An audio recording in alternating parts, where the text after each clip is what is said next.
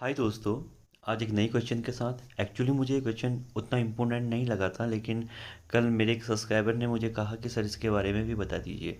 तो ठीक है, मैं इसको एक्सप्लेन करता हूँ कि सापेक्ष गरीबी मिलती है समाजवादी देश में, सामंतवादी देश में, विकासशील देश में, पूंजीवादी देश में।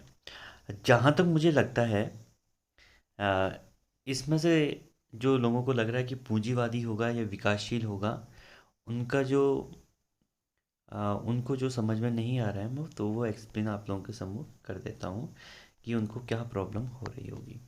अगर हम इसको दो भागों में डिवाइड करते हैं, यहाँ पर मैं बात करता हूँ सापेक्ष की, यहाँ पर हम बात करते हैं निरपेक्ष की। हमें सापेक्ष के साथ मैं निरपेक्ष की बात इसलिए कर रहा हूँ कि आप सापेक्ष और निरपेक्ष में ही कंफ्यूज होकर इसका आंसर समझ नहीं पा रहे हैं। समझिए, सापेक्ष का मतलब होता है तुलना, और निरपेक्ष का मतलब होता है कुल या टोटल। सापेक्ष का मतलब है तुलना, निरपेक्ष का मतलब है कुल। सापेक्ष दो व्यक्तियों के बीच में, मैं अपनी बात या और उसके साथ किसी अन्य व्यक्ति को जोड़ के अपनी बात रखूंगा कि मेरी सैलरी 30,000 रुपया है और इस व्यक्ति की सैलरी 40,000 रुपया है। एक राज्य की टोटल इनकम 5 करोड़ है, दूसरे राज्य की टोटल इनकम 1 करोड़ है।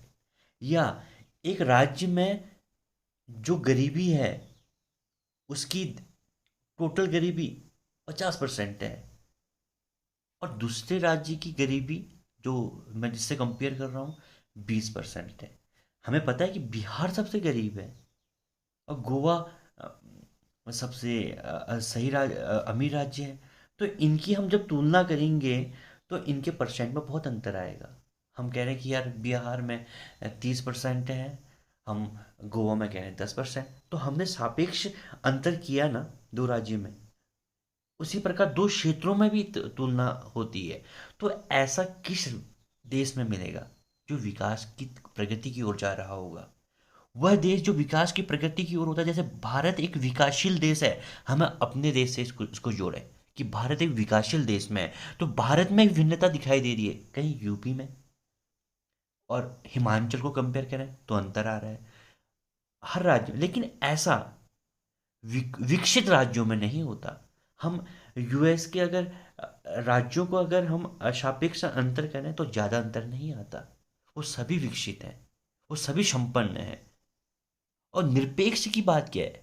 अब निरपेक्ष की भी आपकी मैं थोड़ा कॉन्सेप्ट बना देता हूँ। निरपेक्ष कुल की बात करता है, टोटल की बात, कि यूपी की जो यूपी में जो गरीबी या बीपीएल के जो लोग हैं, वो 15% है।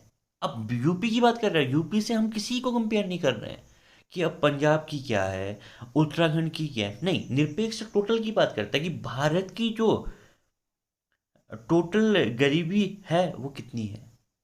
भारत की बात करेगा, या उत्तराखंड की टोटल गरीबी कितना है वो उत्तराखंड से बात रखेगा। मैं कंपेयर नहीं कर रहा हूं, लेकिन सापेक्ष में कंपेयर करेगा। और कंपेयर कब होगा? जब भिन्नता पाई जाएगी। और भिन्नता कहाँ पाई जाएगी? जो विकासशील देश होते हैं वहां भिन्नता पाई जाएगी।